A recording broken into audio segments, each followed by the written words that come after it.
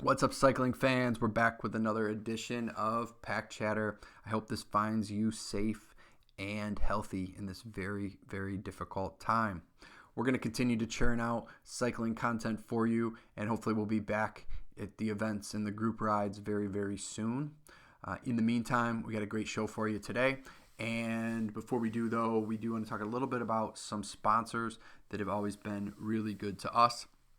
And we want to make sure that we keep in mind during this tough time to see if we can continue to support them or make sure that when we come back from this, we can support them properly.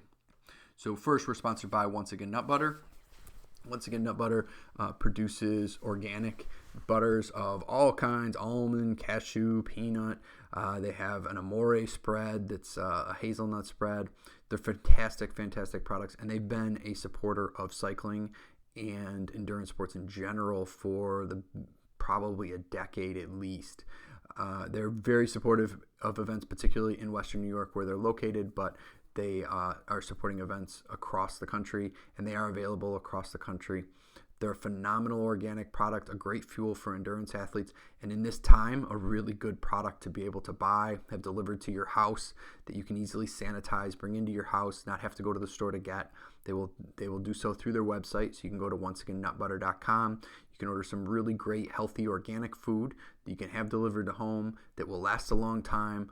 It's a great, great buy during this very difficult time. So go on and support them. They've always supported us, and help yourself in the meantime. We're also sponsored by Van Bortle Ford. I know a lot of people aren't probably running out to buy new cars right now. It's a difficult time in the economy for sure. But when things shift and when things improve, please keep Van Bortle Ford in mind. They've been gigantic supporters of cycling events in Western New York where they're located. They've sponsored our gravel series for the last 5 seasons, and they've sponsored a few other cycling events throughout the year. So please make sure you keep them in mind and go out and support them when it is time for you to get a new vehicle. We're also sponsored by Castelli. We're very proud to have that relationship with one of the biggest names and best companies in cycling. They've been around for a very, very long time. They've been innovators in the sport, innovators in clothing, and they'll continue to be. So as you're looking to update your cycling gear, you're looking online to keep yourself busy and flipping through stuff, go check out Castelli, order some stuff from them, and continue to support a great company that supports lots and lots of cyclists, right down to this podcast and right down to our little grassroots events. So check out Castelli on their website. This edition of the podcast is also sponsored by Cycle Craze in Geneseo. So if you are very local to where we host this podcast, you know that Cycle Craze is a phenomenal studio that helps us out a ton. My team, Once Again Nut Butter Racing, does events out of there, does team training out of there rather in the winter. Some of our racers are instructors there and have been for a very long time. Of course, they're shut down during this difficult time. But if you're a local rider, when things pick back up, make sure that you show them some love, because they have been a sponsor for probably 10 years now. And we want to make sure that we continue to support them the way that they have supported us. We're also sponsored by Legacy Bikes and my man Todd. Todd has a great little business going on where you can buy balance bikes from him and he'll ship them to you directly. And what better thing than right now to do that? It's spring, it's beautiful out, and you can have a balance bike shipped to your door for your little one right now to help get through this time and have some time to hang out with them. My daughter has one. She absolutely loves it. We spent a ton of time on it the last couple days. She's out in the mud. She's out in the sun. She was washing it off the other day. We did a little bike wash.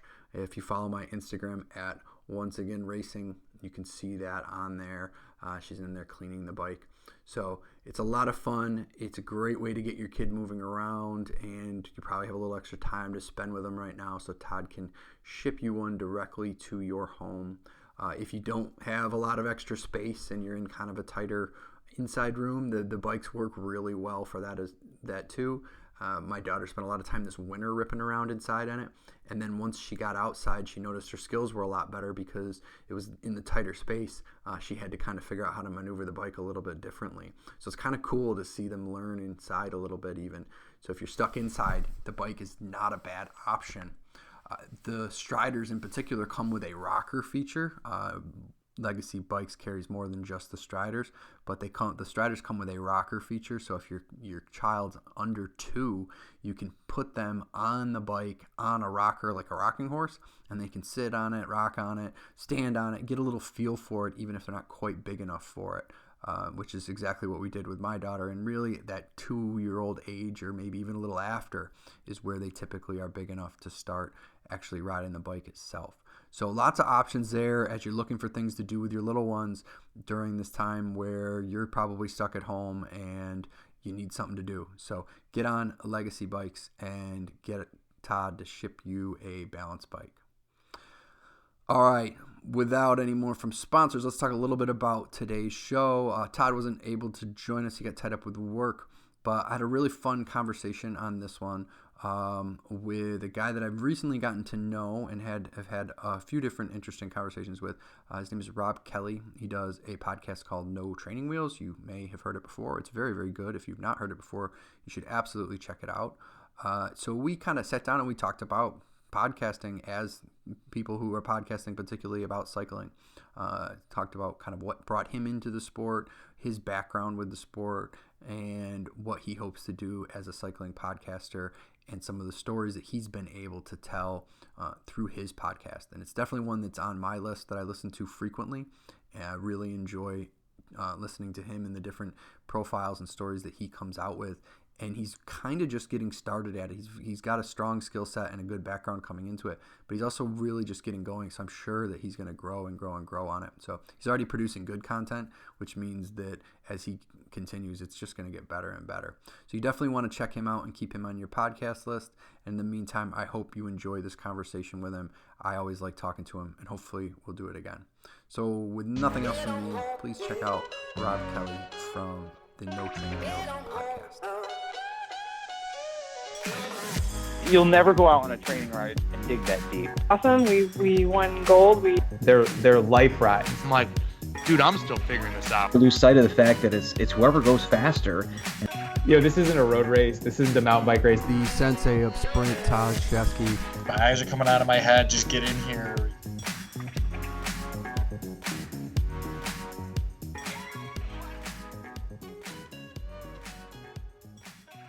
So yeah, tell me, Rob, you just came out with a new show. What's the latest that you got going?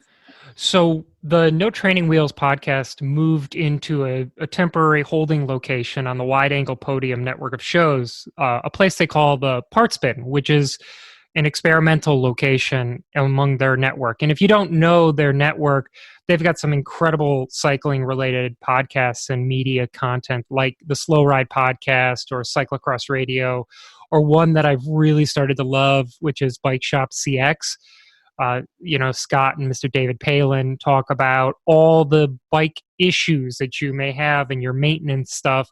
And they've got, at least David has a beautiful Boston accent. And everything that he says just sounds so much more pristine coming through that. But in the Parts Bin, I just released a new episode called Life and Cycling in the Time of Coronavirus. Obviously, we can't escape the reality that we are currently living in, that coronavirus is here. It is impacting our lives. It's impacting the way that we function day to day. And it's also impacting the microcosm of the world that is our sport. And I know that it could be serious first world problems when you start talking about, well, my hobby of bike racing has been interrupted. But it's a very real thing for those of us who have spent time and energy and money and have really committed to this life of, I want to bike race. I want to get out there and train. I want to do these things which make me happy and keep me, in some cases, normal. So I collected together 4 different people to talk about the way that the virus has impacted them from an aspect as a freelancer, and that's Bill Shiken, freelancer, media mogul, to Zach Allison, who's a professional racer for Cliff Bar and event promoter, to Ali Sheehan, who was a former guest of the No Training Wheels podcast last summer, kind of the adventures that she had created in bike racing and how those have been interrupted. And we end the episode with Coach Adam Pulford from CTS, talking about how he and coaches like him are trying to help their athletes manage in this particular challenging time.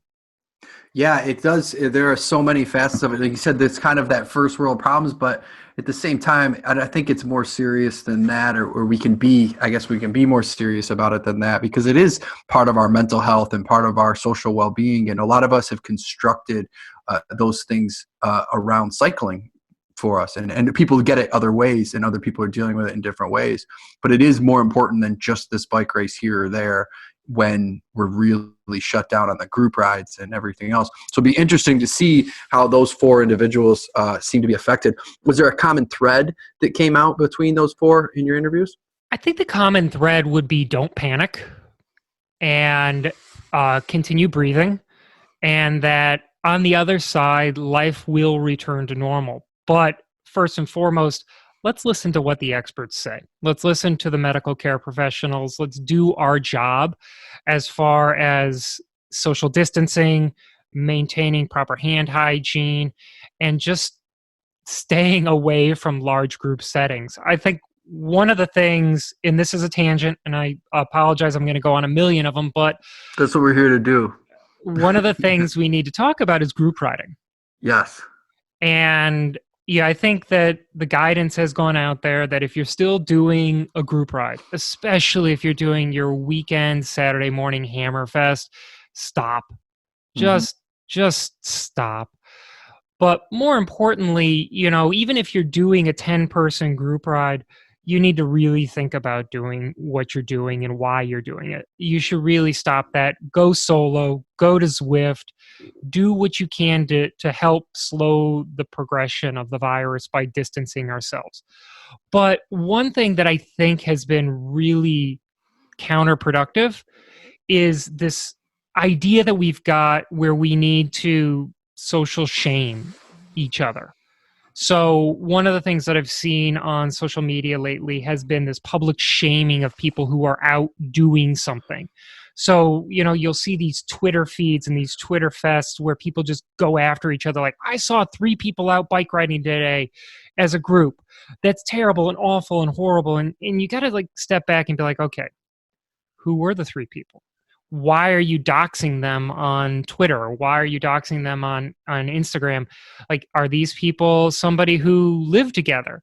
It's just this whole idea that we just got to be so aggressive and angry towards each other about what is right and what is wrong. I think the medical professionals are telling us one thing: don't group ride, don't gather in social settings, but also use common sense. Use common sense and be human. And there's a lot that goes around that, because I'd like to hear kind of how you've seen a few of it. But I think in some ways I've heard really good, strong voices in our cycling community, nationally, kind of saying, hey, this is not a good idea, slow down. Bill being one of them very early on in that conversation. Other people have kind of seemed to go the other way. They think, well, I'm outside and I'm healthy, and we're like the exception as cyclists. And I think that's a really dangerous idea. Especially as we saw some events push through maybe after they should not have. There was a little controversy there, particularly with the Mid-South and that decision. But also the idea that like this is not just like something done in poor taste, right? It's not just like a post on Twitter that maybe you shouldn't have made that hurt somebody's feelings. Like you're potentially putting people's lives at risk. Like people could die because Mid-South had to go on. Very, very legitimately. And I think as much as we don't need to be doxing people, we need to understand in sort of an outrage culture that this is something different than just something that's sort of done in poor taste and you shouldn't have done it, and we'll argue about it and then kind of move on. Yeah, definitely. If you haven't gotten an opportunity yet to listen to the Grodio, it's a podcast with Zach Schuster, Amanda Nauman, and Bill. They talk about Mid-South. Mm-hmm. And they talk about it from a very interesting perspective, because Amanda got second at that race. She went there. She lays out her kind of entire theory and reasons why she did what she did. But then, Bill confronts her with there's pictures of you and the race promoter hugging after the event. You're really not following the advice of medical care providers and the CDC.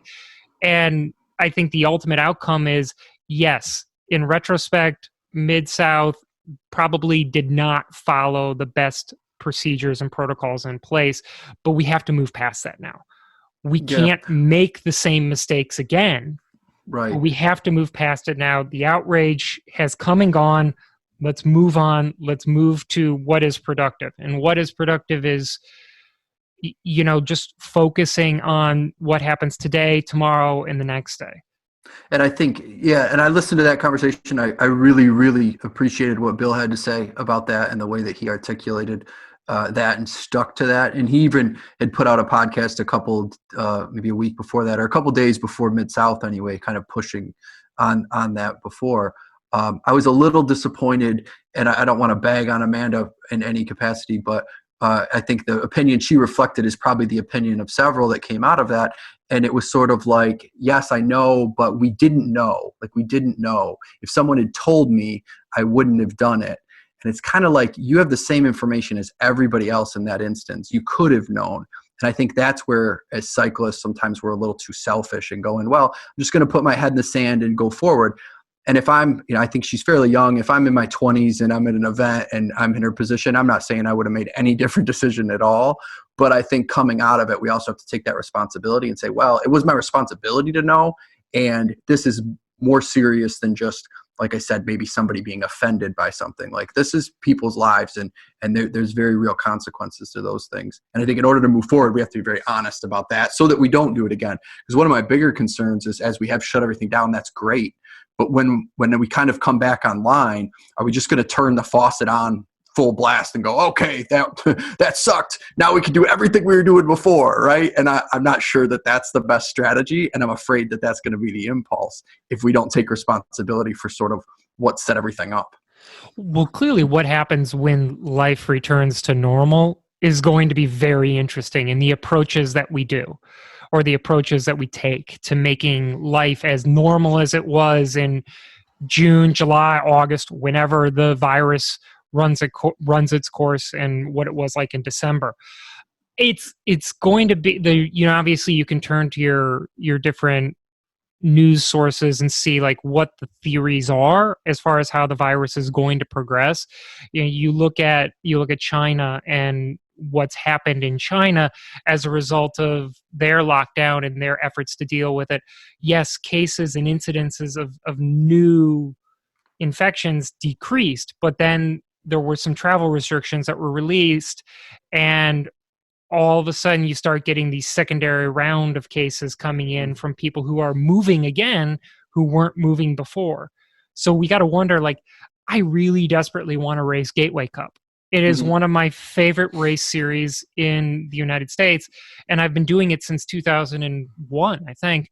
And if we get to the point where the virus runs its course, at least preliminarily, and then we release or relax the restrictions and we start moving again, and all of a sudden my personal version of biota interacts with somebody in St. Louis who didn't have the same levels of exposure that I did, or vice versa, and we've got a new or slightly mutated strand of the virus that runs its course again, these sort of secondary infections. Mm-hmm.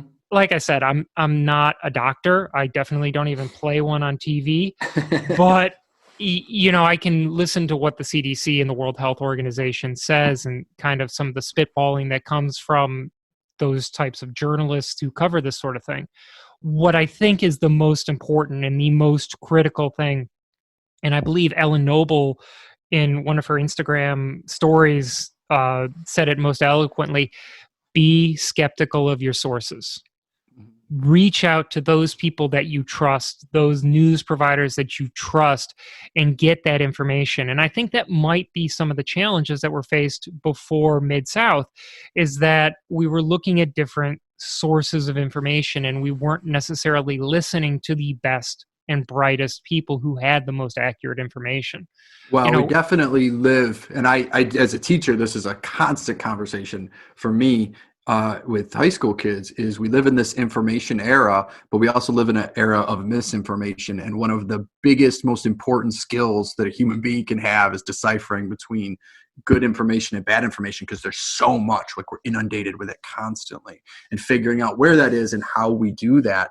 And I think the sources you're mentioning, the CDC, and looking at those and not just turning on the news and listening to the next talking head who's trying to get ratings, but checking with those things is really important. And hopefully this is a wake-up call for a lot of people about, your Facebook feed is not your best source of information, or even necessarily your Twitter feed or anything else. Like use that to share pictures with your friends, but like when I want, medical advice, I'm not going to go to Facebook. Right. Absolutely.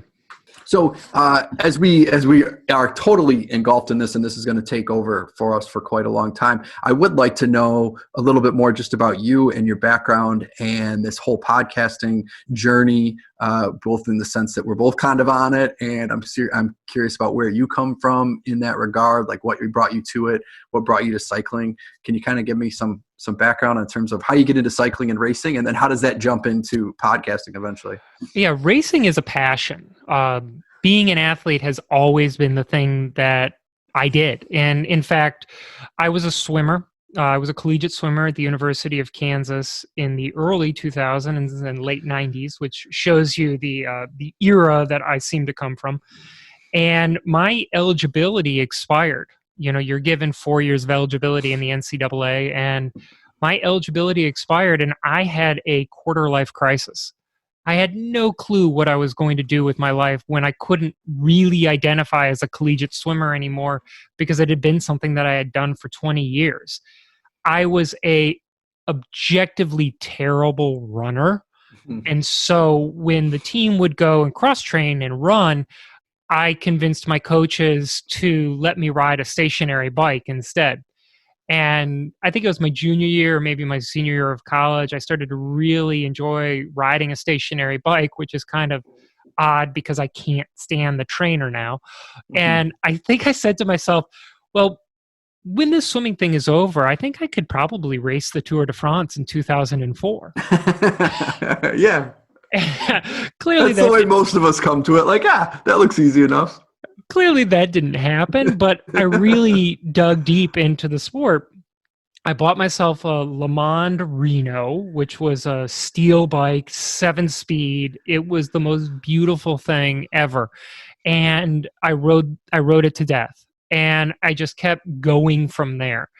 I had a little bit of a time where I fell out of the sport because of this whole experience called law school and starting a practice as a lawyer that ate into my life. But right around 2008, 2009, I kind of got back into it. And I've been doing it incredibly intensely since then. One of the things that kind of came up as an offshoot out of my involvement in the sport was a role in leadership in the Mid-Atlantic.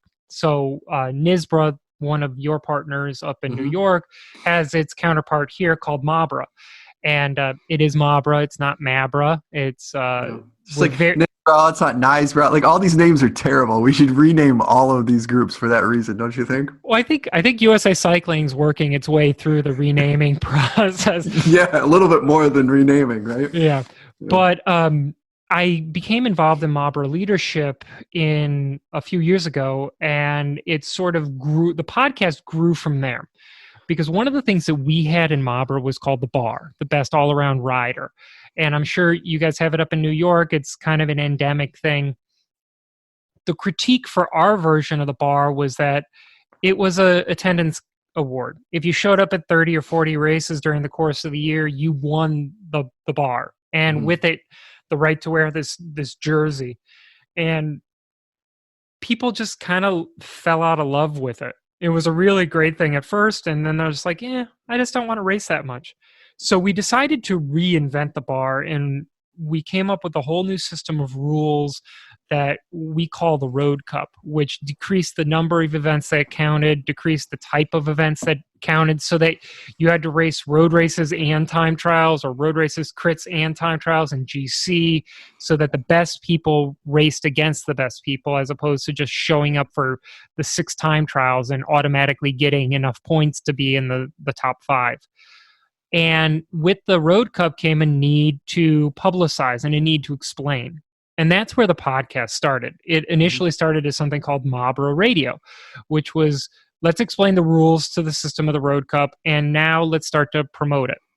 And as I started to do it and I started to interview different Mabra celebrities, I really got addicted to the idea of asking people questions about their bike racing lives and kind of voyeuring on how they approach training and how they approach their theory of racing. One of the earliest episodes was with a guy named Steve Kuzy, who is a friend and also the champion of the first 2 years of the Road Cup on the men's side. And it was just absolutely phenomenal getting inside of his mind, because he's like, I'm not training for 2019, 2020. I'm training for 2025, 2030, 2040. I'm like, whoa, Steve, dial it back there, buddy. I think we got to worry about what's happening this year.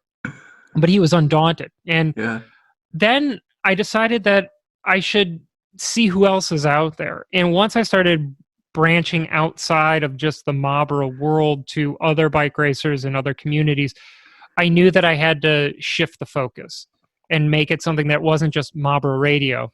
And that's where No Training Wheels came along. It literally was a title to a podcast that was created by about 3 or 4 people sitting together one day in New York City, eating pizza and drinking beer, and just like, what do we call this? And a friend of mine who has no experience with bike racing, but just now bought her first Peloton, was like, well, like there's no training wheels. You're past that point. And I'm like, yes, Kirsten, that is exactly right. Yeah, that's a great story. And it explains a lot in the sense that No Training Wheels, what's the year that you launched the first episode there? It's fairly new. We launched the first episode in 2019. 2019, yes. Yeah, we've been going for a year now. Right. And that would explain how you've managed to come out with some pretty polished quality right out of the gate, as you had that good background. So I was kind of wondering when we first met and I checked out your stuff, I was like, man, this is really good. And it's sort of right away, like pretty good. So clearly you had a way to hone those skill sets before you jumped in. But I also really I think we do this similarly, or at least have a similar vision on this. We like that profiling. There's a lot of different, you mentioned some of the ones on Wide Angle Podium. They've got all these sort of different formats, and I listen to a lot of those shows as well. You have like, the Grodio, where they're analyzing things, or CX Hairs, where they're kind of talking race results. But you do this sort of focus on the profiling. You find people that are interesting and you want to bring out their story, which is kind of our philosophy as well. In that process, who have you met that's really kind of stuck with you, or interviews that you've kind of walked away with and went, man, that was just a special experience personally? Like for me, sometimes I get done with them and I'm like, I don't care if nobody ever hears that. Like, it was cool that I got to have that conversation. Well, I know that you got a chance to interview Ryan DeWald recently, and Ryan is a long-term competitor of mine, and we've raced together a lot. I really want to interview him because listening to his interview with you, it was just like, oh my God, that is the feeling, exactly what you're talking about. On my end, so Ryan, let's get in touch. On my end, the person who immediately sticks out, and I've had some incredible guests, and I don't want to shortchange anybody, but Rasan Bahati. Yeah. I got to meet him at Intelligentsia Cup last year. He was racing on Methods to Winning, which also had one of my good friends, Jason Meidoff, racing on the team. And Jason introduced me to Rasan, and the guy was just like, hey, come into my world. It was instantaneous. His level of openness and his willingness to give back and to share was just like, come into my world. Let's sit down. We'll talk. So, we know Bahati because he's an incredible athlete. I remember 2002 Collegiate Nationals in Vermont. Rasan came there with the rest of his Indiana teammates, and it was like we all knew he was in the crit. You were just like, oh, Bahati's here. He's clearly going to win. And there's a whole story that goes with, his involvement, but he was a legend even then. Yeah. And now 17 years later, or almost 18 years later, he's still a legend. So getting to meet him was super cool on that front, but also getting to just get inside of his world and inside of his mind was really eye-opening. Two of the people that I really enjoyed, who from an outset, it was just kind of like, okay, cool, this is a really great opportunity. because I don't know anything about your worlds, were Jen Darmody and Ali Sheehan. Both of them are amateur racers. One's from Australia, one is from England, and they came to the United States because they wanted to race. And it's like, whoa, like I get upset sometimes when I'm like, oh, I have to drive all the way up to New York to race. They flew across oceans to do it and like take time off their lives and out of their out of their jobs and things like that. And I was like, okay, tell me why. Why did you do this? And it was super cool getting to just sit down and like dig into their world and dig into their mind. One of the episodes that I did recently was with Bruce Buckley. And I don't know if you know who Bruce is. He's a Western New York guy, actually. And he's a photographer. He's a bike racer himself, but his thing is photography. And just being able to get outside of people on bikes and into the bike adjacent community, so the people who kind of work in and around our lives, was phenomenal, because it's like, okay, you understand what I'm doing and what my passion is, but you are also in a business that works with it. Show me your world. And just getting outside of the results and outside of who finishes first, second, and third, that's always been my goal, because there's so much color that comes into this world. Yeah, I like that approach a lot, and I kind of had that same concept with Zach Schuster from CX Magazine when we did an interview with him. Was the same sort of thing. Is like, what is it like to cover? What do you see from that end? And I really enjoy those interviews. And I have not heard. Did you publish the Bruce Buckley one? Yes, the Bruce Buckley one was the first episode that went into the Parts Bin. Okay, I have not heard that one yet, so I'm going to have to go back and check that one out, because I have not listened to that one yet. But I love the Rasan one. He's somebody who I knew who he was, but really was before my time in a lot of ways. You and I are about the same age, but I just didn't get into cycling until really that post-grad school, 2007, 2008.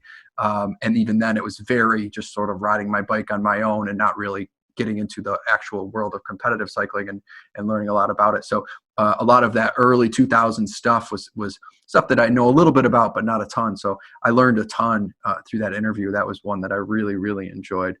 You got any coming up that you're really excited about, or anybody you would really love to interview that you haven't nailed down yet? So I've learned throughout the course of this that I try not to tease who's coming next, because we're in this world, especially now, where things change so rapidly. So last year, the season ended with Rasan Bahati, but it was supposed to end with Justin Williams. Yeah. And I teased Justin Williams' interview forever. So unfortunately, he and I had a scheduling conflict where I thought he was going to be at Gateway Cup, and he and his team decided that they needed to shut down their season before that. And so we missed each other. And like I had been teasing it and kind of hyping it up so much that I felt a little bit bad that the listeners were like, I want to hear Justin, because he's got an incredible story. And then I pulled the switch on him with a different sprinter from Los Angeles with Bahati. And so I try not to tease anything that's coming up until I actually get the recording done. That's smart. But, the next couple of interviews that I'm hoping to create feature somebody who's won a world championship, actually multiple world champions now that I think about it, people who've come back from life-threatening injuries to a world where they are at the top of their game again. And also, I want somebody to explain to me why I should race gravel. I'm a road racer. Like, I love my crits. I used to be a time trialist, and I think that getting dirty and getting muddy is like this weird thing.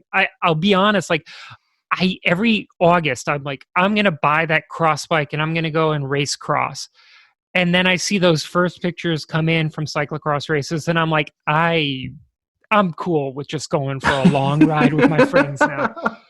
But gravel racing is such a thing, and it seems to me to be a way for me to be like, cool, I want to be competitive, I want to be out there with my friends, but I don't necessarily want to get as deep into the pain cave as I do in a criterium. And I know that you can go super deep and you can be really competitive in gravel, but you also don't have to be. You can just go and live your life and be like, okay, cool. I'm going to go fast right now.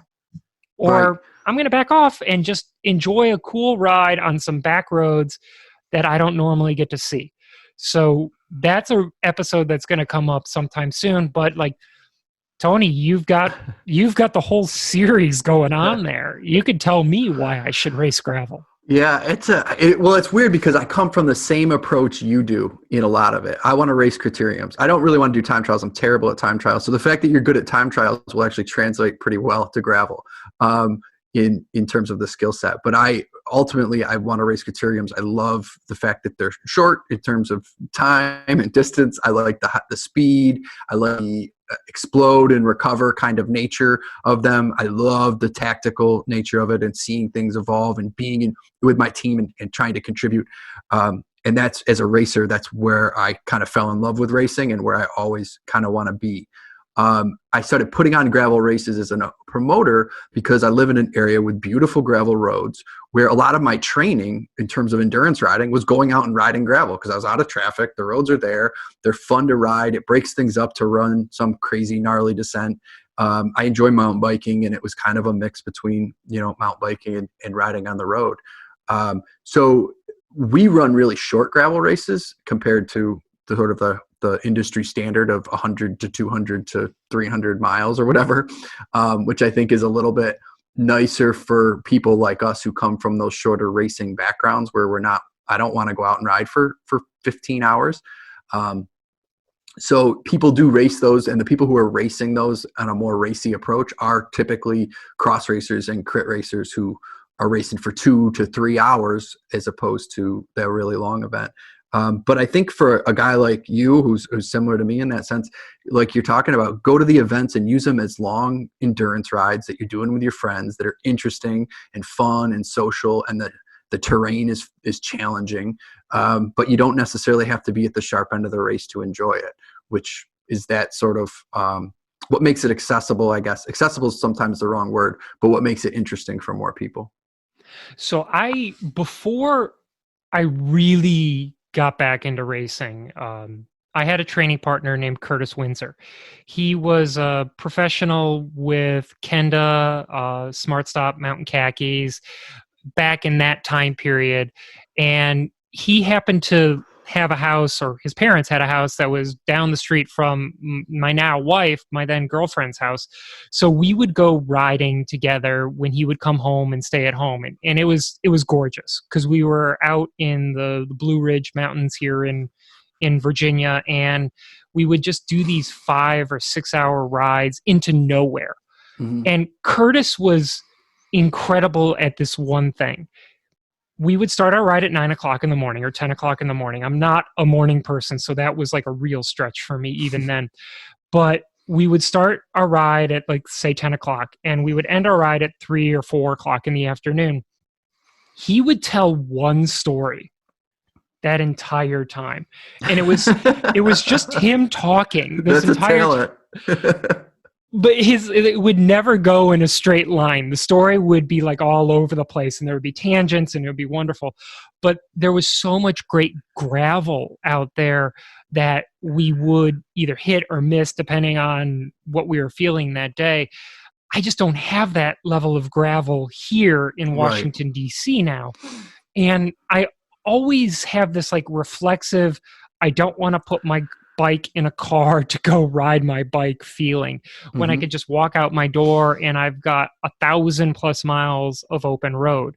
My coach, Zach Allison, has actually sent me an email the other day. He's like, well, we've got some free time now. If you've ever considered doing an epic ride, this might be the good time to ride to the ocean or something like that. And I'm just like, yeah, that'd be cool. Maybe I could go and ride until I find the gravel. Yeah. I definitely think that's a huge hurdle. And that's one of the things that when we started doing the events was having people who even, maybe not as far as you are in DC, but even just people who live in Western New York that live in Rochester and Buffalo and some of the cities, go, hey, just come out here a couple hours and just check out what we do our group rides on, because it's really fun and you can race it, you can ride it, and you get out of traffic, and it's just sort of a different experience on the bike. And some people, that's all they want to do because of that fact. If I lived where you live, I probably wouldn't do anything other than race crits. If I could race like 2 crits a week from April to the snow, I would be in heaven. It would be awesome. I don't have that kind of accessibility though. We just, and now I definitely don't. Like this next year, what was supposed to be on the schedule was abysmal for anything within 2 hours. And with a 3-year-old at home and a full-time job and other stuff to do, I can't drive 3 or 4 hours each way to go to an amateur bike race, to sit in the middle of the pack and try not to get dropped. Like I just can't justify that anymore. So I got to hit local stuff that's available and group rides and try to bring stuff to our area too, which is usually, or really what the focus has been for me for a long time. Yeah, I was looking at the schedules back in like January and December before things got really kind of down with the coronavirus. And I don't want to use down as kind of a pejorative, like, oh, it's upsetting, but like I had a plan. I had this great plan going from now until September of racing criteriums, the USA Crit Series, etc. And looking at what was locally available, it was a decrease. And I feel bad about that a lot of the local events, especially the more mom and pop events where somebody, one of the local teams had access to an office park or a parking lot, and they're like, we're going to put on this race here. A lot of those had gone away. But you look in the contrary, you look on the other side at an event like Intelligentsia or Tour of America's Dairyland, you see these growths in participation in high quality, high production value events. And so like it's a little misleading to say that road racing is contracting or shrinking or suffering, because on one end, these high value, high production events are increasing, but on the other end, the parking lot crits are decreasing. And I wish we could get back to this world where there was more of an equilibrium, because I feel like there is a value to both of those. One of the things that I kept advocating for in Mabra was an expansion of training races. Mm-hmm. I don't need prize money or, I don't need this high production event to come out and race on a Wednesday night. Right. Put a line down in the road. I'll give you $15-$20 to enter. I don't care. You don't need to give me anything on the backside. I just want to get that emotion, get that energy out there, go out there and race with my friends, and also use it as an excuse just to see people. I think what we're seeing nowadays with lockdowns and self-quarantines is the importance of just being around our friends and being around people that we're friendly with. I'm not going to say like every single competitor I've ever raced against is my friend, but I'm going to say that I like seeing them. Even if we do exchange words sometimes because he cuts me off or takes the bad line, I get that. I want to see these people. And if I can see him at an office park crit and have fun in April, that's awesome. But I really want to go race Scranton Electric City in August of this year, because that was an incredible event. Sure. And I want to go race these other high production events too. It's just, it does require a little bit of driving. Yeah, and that's great for 1 or 2 events a year, and I can justify that. But especially on the road, or as a road racer, one of the things I love about road racing, or really loved about road racing when I started, was you could race so frequently. Like I don't really want to train that much. Like I just want to go and I want to compete. I want to get in decent shape, and then I want to constantly be competing. And I don't have to compete against the best people, on the planet, and I can't. Competing at a localized level where everybody's kind of doing what I'm doing, but we're competing more than training. I always really enjoyed about those shorter events, and we just seem to be losing that ability in the schedule. So I could drive to Scranton and some of those other places as well, and would, but I also like having that regular weekly thing. And we do have some training races which are great. They're maybe a little too like small in that sense. It's nice to have a little diversity, something sort of in between. But we've lost a lot of those smaller in-between events that gave you that consistent racing all the time. And it's what really led me this year, because of the road race schedule and because of my inability to travel too much. My plan this year was to put on the gravel events and actually ride in them this year for the first time, and use that to kind of develop my fitness and have a good time and do longer rides throughout the spring and summer. And then I was going to give cross a shot, because we got a pretty good localized cross scene where I can go to a race or two every weekend within an hour, hour and a half, and still be home the second half of the day to spend time with my daughter and get some other stuff done. That just doesn't seem to exist in the same way it used to in the road scene even a couple years ago. Cyclocross is an amazing sport. And I say this as a person who has absolutely no talent or capacity to race it. It is an amazing sport, and I love watching it, and I love being a part of it. And DCCX, which happens here in Washington, D.C. at the Armed Forces Retirement Home, is an incredible spectator event. Same with Charm City, which is in Baltimore. These are events that you just go to be a part of it. And I love listening to the commentators, and I love watching the athletes do their thing. I wish we could incorporate more of that festival environment in your average road race. But I got to realize also that DCCX and Charm City aren't your average cyclocross race too. So, I can compare those more to an event like Westchester or an event like Mainline, which have a festival going on as a part of it, more than, whatever happens to be your local season opener of the XYZ series. And so we need to really compare apples to apples and, look at what we are dealing with when we're dealing with it, because all races have value. Even the local training race, even the local office park criterium has a value if you properly categorize it as that. And for those of us who are still pursuing this faux pro lifestyle, kind of like myself, where we're trying to get out there and race against people who are half our age now and compete against the best in the country and try to achieve some momentary glory, it's great to come home and to sit at home and to race with those people who you've been on your weekend group ride with, or that you go down to. And I don't know if you listened to the episode we did with DJ Brew. We've got this incredible weekday group ride, Monday through Friday, 12 o'clock, Washington, D.C., smack dab in the middle of downtown. Every single day of the year that Haynes Point is open, we go down there Monday through Friday, and we throttle ourselves from noon until 1 o'clock, and then we all go back to our offices. That's and awesome. That is the best feeling. Like, I could literally be having the worst morning in the office, and at 11:15 or 11:30, I'm like, I'm taking my lunch break. I will be back. And I go out and I come back with a completely different attitude than what it is that I left with, because I got those endorphins. I got that opportunity to see my friends and to laugh and to smile and to get dropped by somebody who is probably one of the best sprinters in the country in DJ Brew. That's awesome. That's cool. Well, that brings me to actually a different question I had for you, a related question. Is one of the things that fascinates me, and you seem to have sort of, there's kind of two parts to this, I guess, but you seem to have a similar approach in the way that you're doing your podcast, is like doing some series work with it, like taking a theme and doing multiple shows around a theme concept. And I think your brain kind of works that way. And I know you don't do that with all your shows, but seeing the value in that sort of production. And I really like to do that as a journalist, and I like that concept. We have done a lot with podcasts. We played with it a little bit.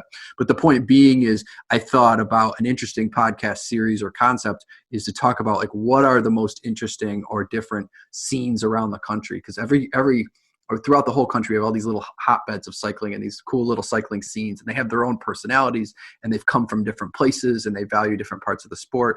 One of which I find really fascinating and inspirational is the Western Mass cross scene, and I've done a lot of interviews with racers that have come out of there, and you're talking about like what you got going on in DC, and you've traveled around and know a lot more than I do on that topic. So I'm wondering, what are some of the scenes that you've seen around the country that you're like, that's unique and cool and something that they've built there that I would want to know more about or dig into or be a part of? Well, the first thing I think we all need to accept is that bike racing is both the same and different in every single part of the country. Yeah. So, I personally grew up in bike racing in Kansas. As a student at the University of Kansas, that was where I got my indoctrination into the sport. And I started with incredible teachers in Adam Mills, Steve Tilford, Jed Schneider, Catherine Welberg, some people who've been in the sport and were foundational to my view of how a bike race or even a bike ride should work. But beyond that, I've had the fortune to be able to pack my bike up and go into different places because my paying job actually requires me to do a fair bit of traveling. And I would go to California for a week and I'd be like, you know what? I'm going to San Diego. I'm going to put the bike into the bag and I'm going to take it and go and ride Fiesta Island, which is kind of a hotbed for them down by where SeaWorld is, where it's a closed loop and people can go and do what they need to do as far as training is concerned.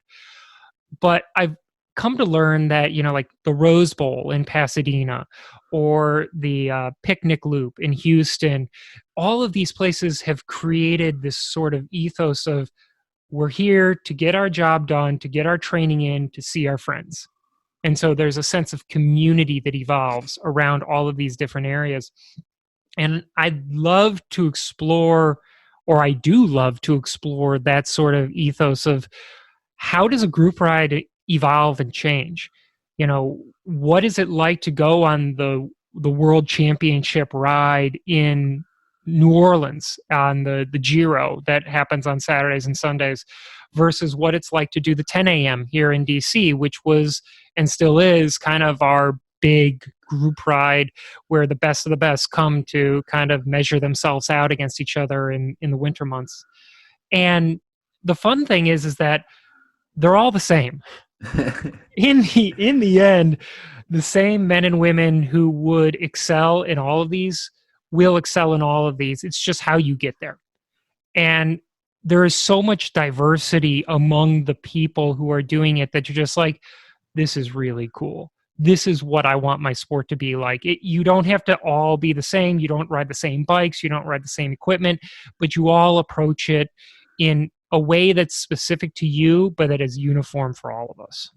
Yeah, that's cool. Yeah, I'm fascinated by that. I'm also fascinated by the development of sort of like where the scene started, like history behind it. What did it look like 10 years ago, 20 years ago? How did they build on that? Who came out of it? What racers have come out of it? What events have come out of it? And like I said, the Western Mass one has always been, that's a really interesting one for me personally, just because I've been close enough to it to see some of it and watch some of the media that they've developed that's also kind of told that story a little bit. And I just know there's just got to be so many stories across the country of so many scenes that have done it. And I'm just so curious to see what else is out there. One of my favorite training races actually happens on the south side of Chicago, actually the southern suburbs of Chicago, right off of I-57. And it was I think it was a Tuesday night race. And they run it a little bit differently where it's a series of short races rather than one long, hour-long race. And what made it interesting is that at some point in time, the facility or the factory around which the race was run changed over to be a paint factory. And so it's the middle of the afternoon or late afternoon in Chicago in the summer. It starts to get hot and the air gets really heavy because it's humid there. And the fumes from the paint factory start to get pressed down by the humidity. And so they kind of envelop the entire area where the race is. So as you're breathing deeply, you're breathing these paint fumes, and the sprints became a little bit dicey because everybody started to get a little bit